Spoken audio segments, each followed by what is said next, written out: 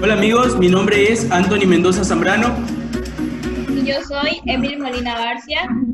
Somos estudiantes de la carrera de Medicina de la Universidad Técnica de Manabí. Y hoy les vamos a presentar nuestro proyecto de medio ciclo de la Cátedra de Anatomía 1. El tema a tratar es el hueso occipital.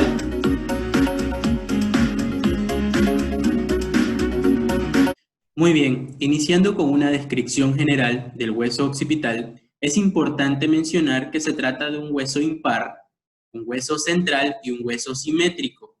Simétrico porque al hacer un corte sagital y al dividir su parte izquierda y derecha, vamos a observar los mismos detalles anatómicos a considerar. El hueso occipital se encuentra articulado con la primer vértebra cervical, también denominada atlas. De este modo, forman la articulación atlanto-occipital. Ahora bien, para su estudio hemos de considerar dos caras, 4 bordes y 4 ángulos. Vayamos a ello. Iniciando con la descripción de su cara posterior-inferior, también considerada cara exocranial, tal y cual la pueden ver en las dos imágenes de aquí a los lados, vamos a considerar en primer lugar un agujero que se hace muy eminente, denominado agujero occipital, o en la nomenclatura actual también se puede conocer como foramen magno. Este agujero occipital o agujero foramen magno, en estado fresco, va a permitir el paso del bulbo raquídeo y sus envolturas, de las ramas ascendentes del nervio hipogloso, de los dos nervios espinales y de las dos arterias vertebrales. Como detalle importante a considerar, podemos mencionar que las envolturas del bulbo raquídeo son la dura madre, la pia madre y la aracnoides, y que estas arterias vertebrales provienen exactamente del agujero vertebral que se formó en las primeras 6 vértebras cervicales. Una vez que entra a la base del cráneo por el agujero occipital, por aquí, esta arteria vertebral, estas dos arterias vertebrales, una de cada lado, se van a unir, una aquí y una del lado de acá, se van a unir y van a formar el tronco basilar. Ese tronco basilar luego se va a formar en arterias cerebrales. Y es ello lo que contribuye a formar el conocido polígono de Willis. Ahora bien, el segundo detalle anatómico a considerar por detrás del agujero occipital es una superficie cuadrilátera denominada porción basilar. Esta porción basilar, en su parte más media, en su parte más interna, va a tener un tubérculo denominado el tubérculo faríngeo. Exactamente aquí vamos a encontrar el tubérculo faríngeo. En estado fresco, el tubérculo faríngeo va a prestar inserción a la aponeurosis de la faringe, o también conocido como músculo constrictor superior de la faringe. Asimismo, por detrás y a los lados de este tubérculo faríngeo, vamos a encontrar ciertas inserciones musculares. De derecha a izquierda vamos a encontrar el músculo recto anterior mayor de la cabeza y el músculo recto anterior menor de la cabeza. Dato importante sobre los músculos recto anteriores, que van a dar movilidad a la cabeza, van a permitir movilidad a la cabeza y van a fijar el hueso occipital al atlas, es decir, a la primer vértebra cervical. Aquí pueden ver el músculo recto anterior mayor de la cabeza y acá pueden ver el músculo recto anterior menor de la cabeza. Asimismo, en esta porción basilar también vamos a encontrar una fosita denominada fosita faríngea, que dentro o en la parte más interna de ella vamos a encontrar una fosita denominada fosita navicular o escafoide del hueso occipital. Esta fosita navicular o escafoide del hueso occipital en estado fresco va a permitir que allí se descanse la bolsa faríngea de Luschka. Por detrás del agujero occipital vamos a encontrar una superficie ancha y delgada. Por esta parte de aquí lo pueden observar. En primer lugar, se va a considerar aquí una protuberancia, que es esta, denominada protuberancia occipital externa. La protuberancia occipital externa, en estado fresco, va a permitir la inserción del ligamento nucal. Muy cerca de esta protuberancia vamos a encontrar una cresta, denominada cresta occipital externa. Acá la pueden ver más marcada. La cresta occipital externa nace del agujero occipital, detrás del agujero occipital, y de esta cresta también van a nacer dos líneas, denominadas líneas curvas. Actualmente se le conocen como líneas nucales, superior e inferior. Línea curva inferior, línea curva superior. Línea curva inferior y línea curva superior acá arriba. Estas líneas curvas van a permitir inserciones musculares. La línea curva superior va a nacer de la protuberancia y va a prestar inserción a los músculos occipital, trapecio, esternocleidomastoideo y esplenio de la cabeza. Aquí lo pueden ver. Bueno, aquí podemos ver el esternocleidomastoideo que está naciendo de la línea curva. Como su nombre lo dice, este de aquí va a ir a la línea curva, a la apófisis mastoide, y viene exactamente del esternón y la clavícula. Tenemos al músculo esplenio, también aquí vamos a encontrar el trapecio y el músculo occipital. Muy bien. También tenemos, como mencionamos, una línea curva inferior. Esta línea curva inferior va a prestar inserción, como lo ven aquí, al músculo recto, recto y posterior mayor y menor de la cabeza. Aquí tenemos el recto posterior menor, aquí tenemos su inserción en la línea curva e inferior, aquí tenemos el recto posterior mayor, recto posterior mayor. El recto posterior menor va luego a tener su otra inserción en el tubérculo posterior de la cara posterior del atlas, perdón, del arco posterior del atlas, mientras que el recto posterior mayor va a tener su inserción luego en las apófisis espinosas del axis, como lo pueden observar aquí. Se hace visible una eminencia articular denominada cóndilo del occipital, que la podemos observar aquí. Este cóndilo del occipital está destinado a articulaciones. En su cara inferior, que es la que estoy señalando ahora, se va a articular con el atlas, formando la articulación atlanto-occipital, mientras que en su cara interna, que es la que estoy señalando ahora, se va a articular con los ligamentos odontoideos del axis. El axis es la segunda vértebra cervical y estos ligamentos odontoideos van a ir desde la cara interna de los cóndilos del occipital hasta la apófisis odontoides de la cara superior del axis. Estos ligamentos odontoideos, como dato adicional, también se conocen como ligamentos transversos o laterales.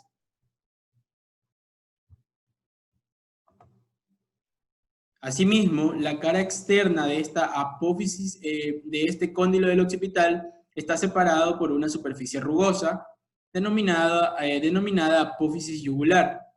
Esta apófisis yugular va a prestar inserción a los músculos laterales de la cabeza, pero también va a contribuir en la formación del agujero rasgado posterior. Aquí podemos ver el agujero rasgado posterior, aquí podemos ver la apófisis yugular del hueso occipital, y este agujero rasgado posterior se forma gracias a la articulación de esta apófisis yugular con una hendidura yugular que se forma en la faceta del hueso temporal. Pero ese detalle anatómico es más bien estudiado en el hueso temporal. Asimismo, como las estructuras que pasan por este agujero rasgado posterior, que a simples rasgos las voy a nombrar, pero se estudia normalmente en el hueso temporal. Por aquí va a pasar o va a ser atravesado este agujero rasgado posterior por los nervios glosofaringio, neumogástrico y espinales. También por la vena yugular interna y por el seno petroso inferior. Muchas veces también pasa una arteriola rama de la meninge. Pero lo importante que se debe de conocer de esta apófisis yugular del hueso occipital es que contribuye a formar el agujero rasgado posterior y que en ella, en esta zona rugosa, se van a insertar los músculos laterales de la cabeza. Otro detalle importante a considerar a los lados del agujero occipital es la presencia de dos agujeros condilios anteriores y dos agujeros condilios posteriores.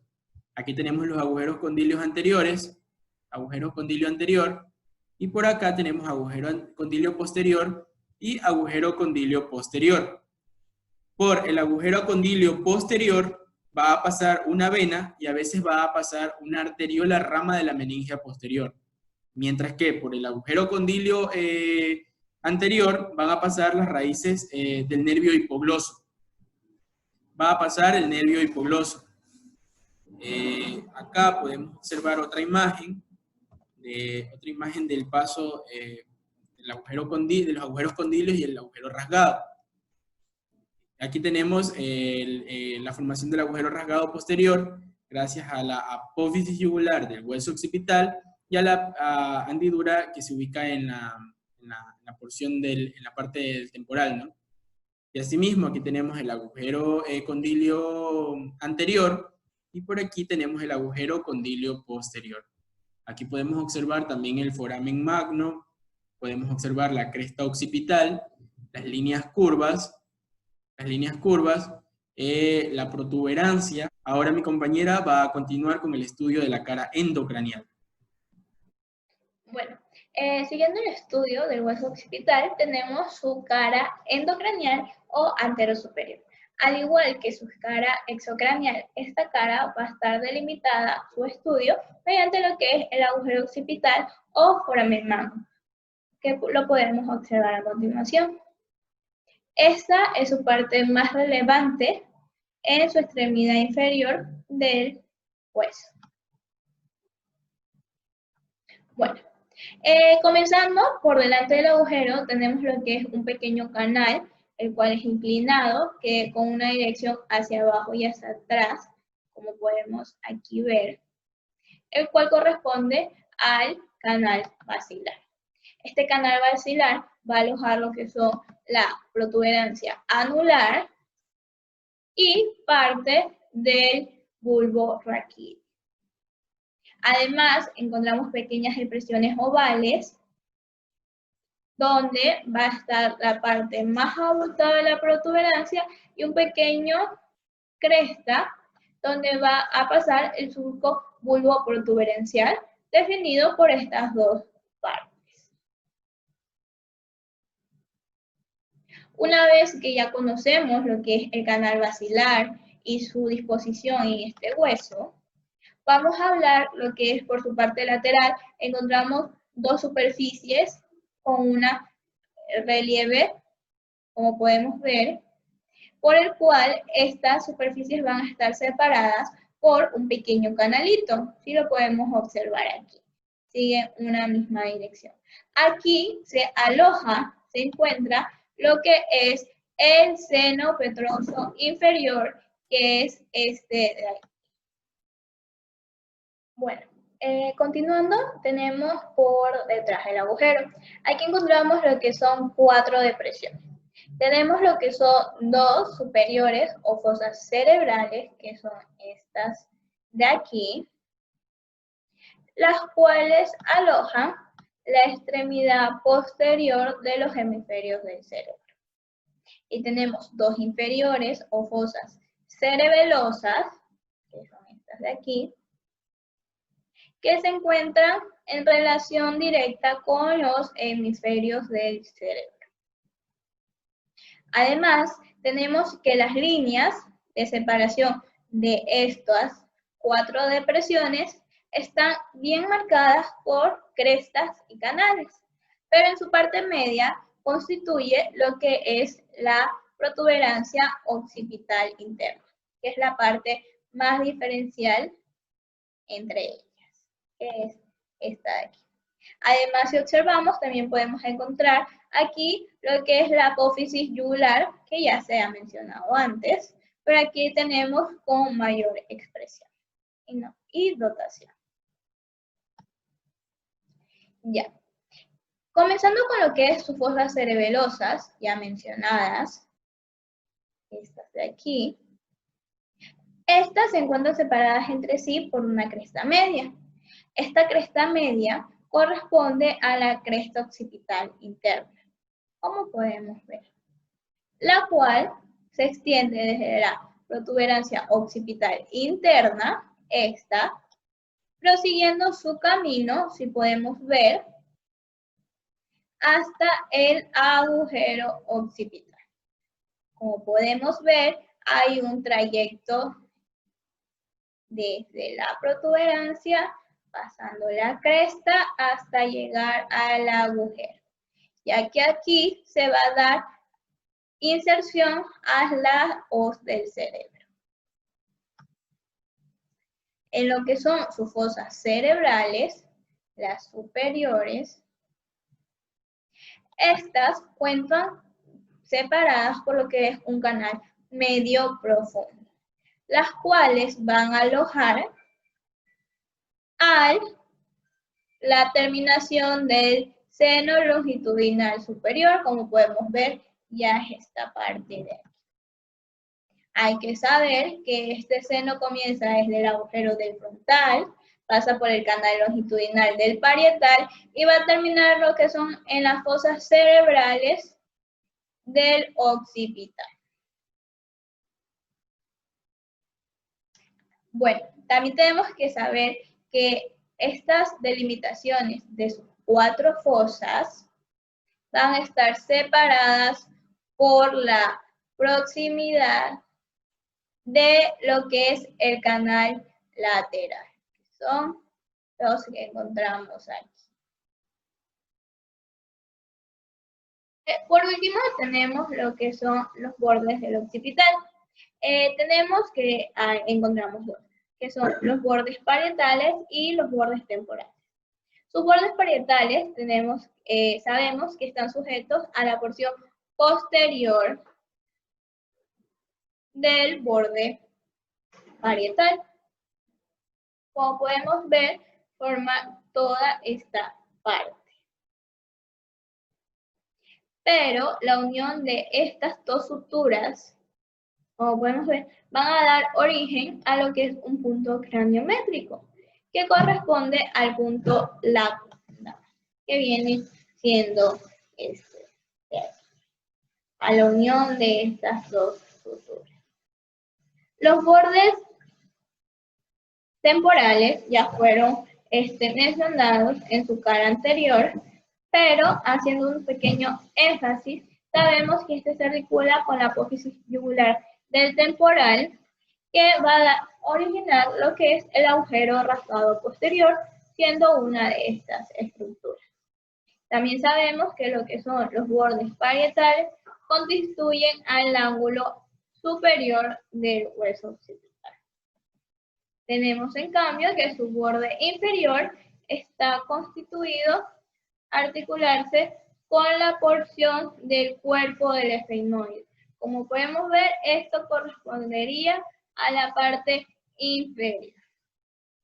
Bueno, gracias por su atención en el video sobre nuestro proyecto.